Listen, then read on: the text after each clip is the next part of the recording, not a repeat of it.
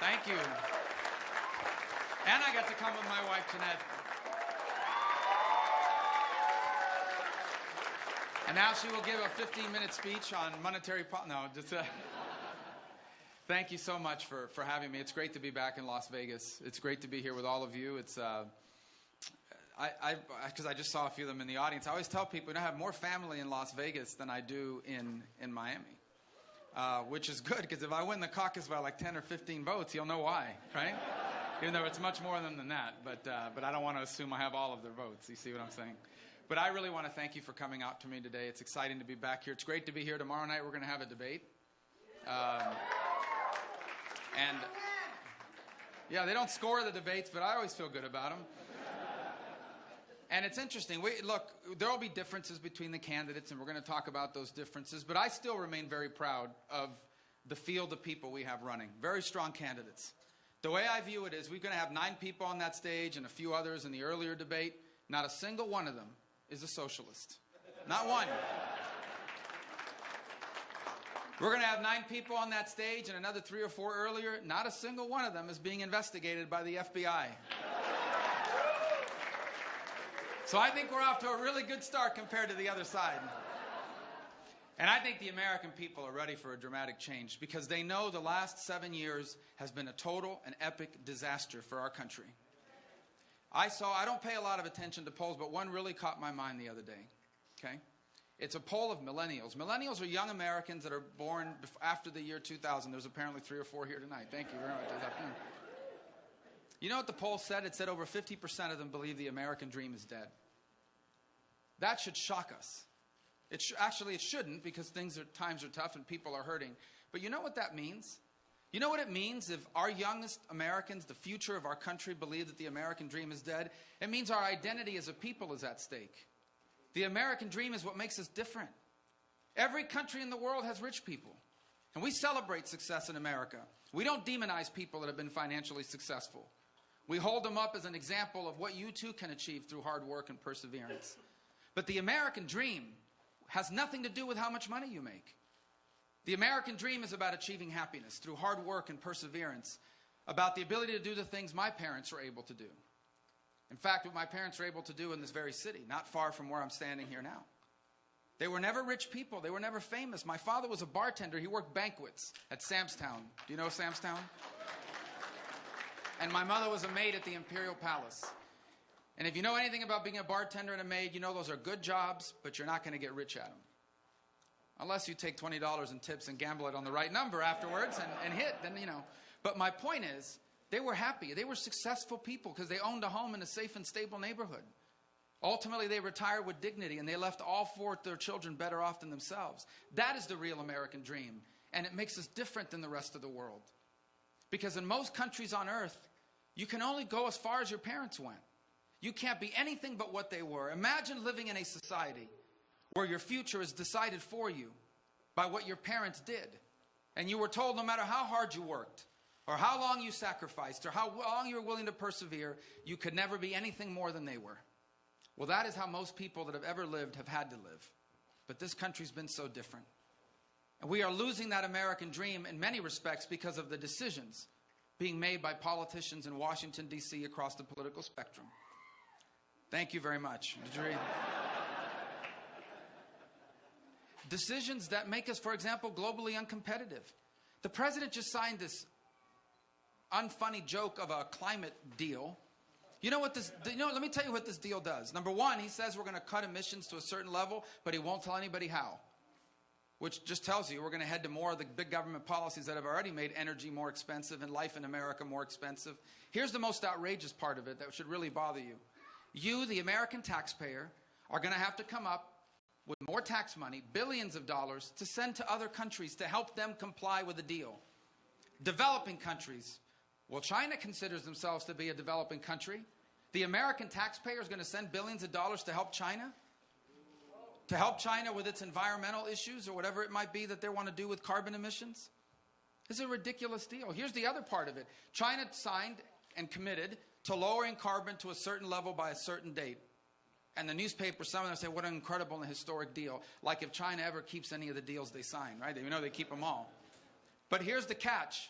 They are going to keep that deal so long as it doesn't hurt their ability to grow their economy.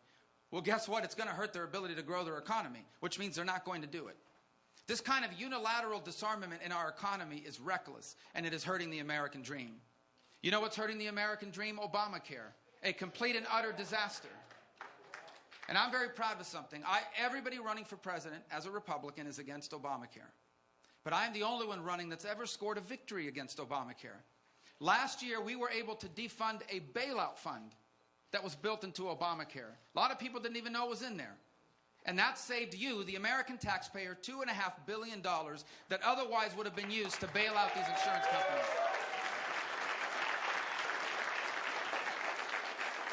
We're going to do it again this year, but ultimately the best way to get rid of it is to repeal and replace Obamacare in its entirety. And if it wasn't enough to have the American dream in trouble, our people feel as insecure as they ever have. And there are a lot of reasons to feel insecure. The world has grown increasingly dangerous. You have a radical lunatic in North Korea who governs that country and happens to possess dozens of nuclear weapons. The Chinese are undergoing the most rapid military expansion in human history. Russia, under Vladimir Putin, is sowing instability in Europe and increasingly in the Middle East. A radical Shia cleric in Iran is about to receive $150 billion of sanctions relief, which they're not going to spend on building hospitals and roads and bridges. You know what he's going to spend it on? What they've always spent it on: sponsoring terrorism, and ultimately to build a long-range missile that can reach the United States, and then buy or build a nuclear warhead to put on that missile and hold us hostage. These are all incredible threats to our national security. And on top of that, we face the growing rise of radical jihadists, of radical Islamist jihadists, particularly in the case of ISIS. An apocalyptic group, not just a radical jihadist group, an apocalyptic group who recruits people to their cause by telling them that you will be joining the army that is going to trigger the final Armageddon in the city of Dabiq in northern Syria. That's how they recruit people. Why is it important to know they're apocalyptic? Because you immediately realize they're not going to go out of business on their own. And they're not going to turn into stockbrokers. And they're not doing this because they're disgruntled or disenchanted or disaffected or unemployed. They are doing this because they are radical jihadists. And they have to be confronted and defeated. And that's why we need to have the strongest military in the world. So we can confront any enemy, anywhere, at any time that threatens our national security. And instead, we are in the midst of the most dramatic defense cuts in a generation. Cuts that will leave us with the oldest Air Force we have ever had, and the smallest and oldest Navy we have had in over 100 years. It makes no sense to anyone that at a time when the world is growing more dangerous, our military is growing weaker. Now today, a new report comes out that when people are allowed into the United States, they are not allowed to look at their social media profiles to see what they've been posting on Facebook and Twitter. Yeah. I won't even hire anyone whose social media we don't look at. Imagine letting people into the country without at least looking at their social media, which happens to be where people pledge allegiance to ISIS.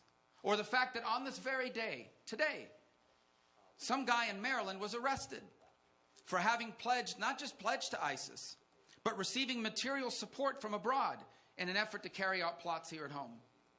The threat we face is significant. It is different than any other threat we've ever faced. They aren't just sending people here from abroad, they are radicalizing Americans. One of the two killers in San Bernardino was an American citizen, born and raised in this country, a health inspector with a newborn child, and all of a sudden left all that behind, became radicalized, and murdered 14 Americans and wounded 20 others. This is a real threat. And so last Sunday, the president spoke to the nation in an effort to calm us and make us feel more comfortable. I swear to you, I wish he hadn't spoken at all. Because what he basically said,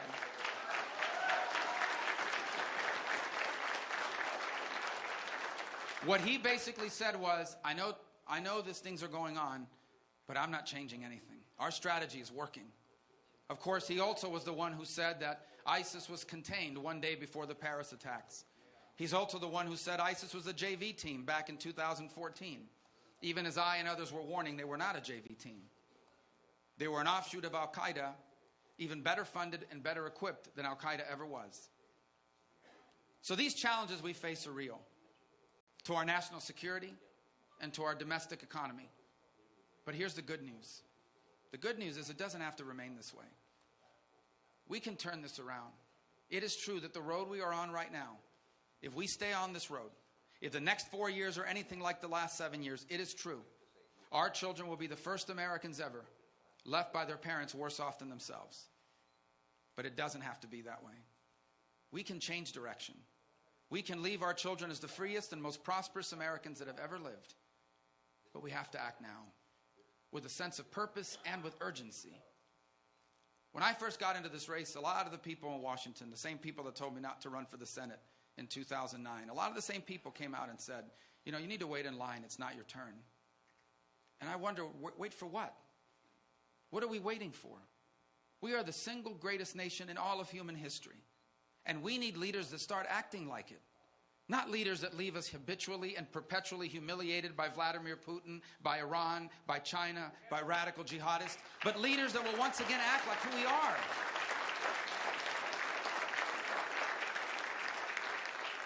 We need leaders that stop trying to make us more like other countries and stop acting like America again.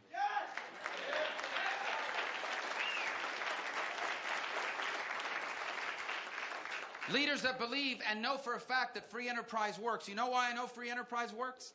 Because it's the only economic model in the history of the world where we can make poor people richer without making rich people poorer.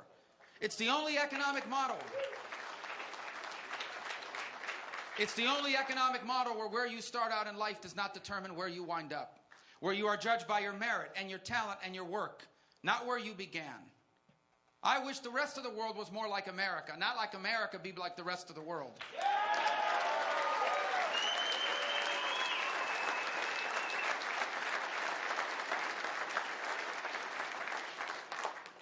We have been blessed, every single one of us. What an extraordinary blessing it is to have been born, in my case, born and raised a citizen of the greatest nation in the history of all mankind. And it's appropriate to say that here in Las Vegas. Because you see, just a few miles from where I stand right now, as a young child, I spent countless hours on the porch of our home in North Las Vegas. To be precise, 3104 East Lava Avenue, Las Vegas, Nevada, 89101. I pity the person that lives there now, because I used to sit on the porch with my grandfather. He would smoke 3 cigars a day, lived to be 84. And we would talk about all sorts of things. About what it was like for him growing up, about baseball, he loved baseball, about history. But interwoven in all of the things we talked about was a very precise message, and here's what it was. You're going to get a chance to do all kinds of things I never did. You're going to have an opportunity to go as far as your talent and your work will take you. Because you're an American, born and raised in the most exceptional society in the history of all mankind. It reminds all of us how blessed we've been. We are all the beneficiaries of the extraordinary American dream. Who among us is not but a generation or two removed from someone who made our future the purpose of their lives? Who among us is not a generation or two removed from someone who made our lives the very reason why they sacrificed and worked hard and gave it up? Maybe that was what your grandparents did for your parents.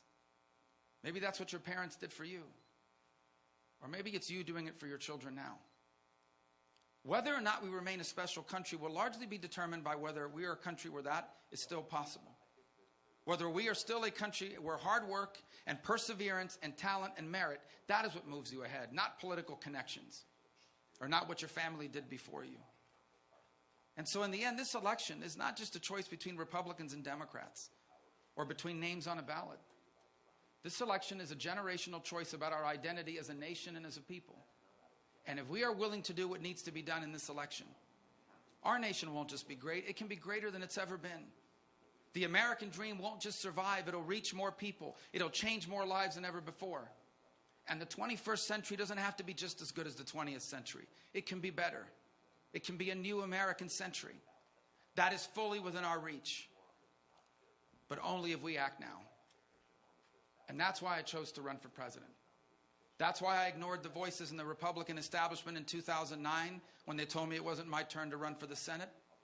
And that's why I ignored them now when they said it wasn't my turn to run for president. Because for those of us who want this nation to be greater than it's ever been, it is our turn. The time for us to act is now. For what we have before us is the opportunity to be the authors of the most extraordinary chapter in the amazing story of America. And that's why I hope that I can earn your vote in these caucuses, so that together you and I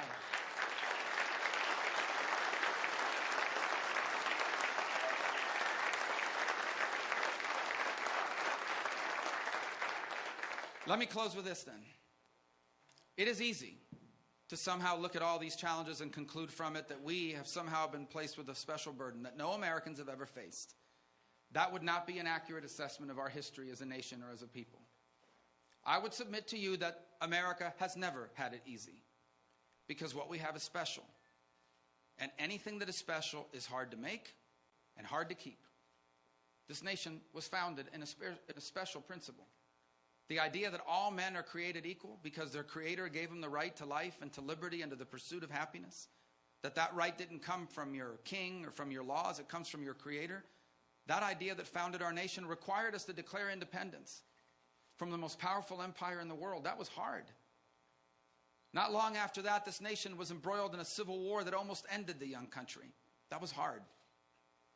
Not long after that, this nation found itself in a great world war. They called it the war to end all wars. It was so bloody, so brutal. People thought there'd never be another war again. That was hard. Not long after that, this nation confronted a Great Depression, a traumatic economic experience. That was hard.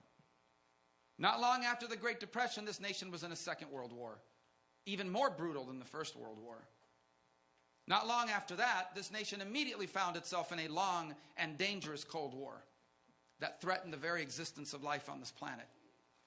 The 1960s were a difficult time for America. We were divided generationally over Vietnam and regionally over civil rights.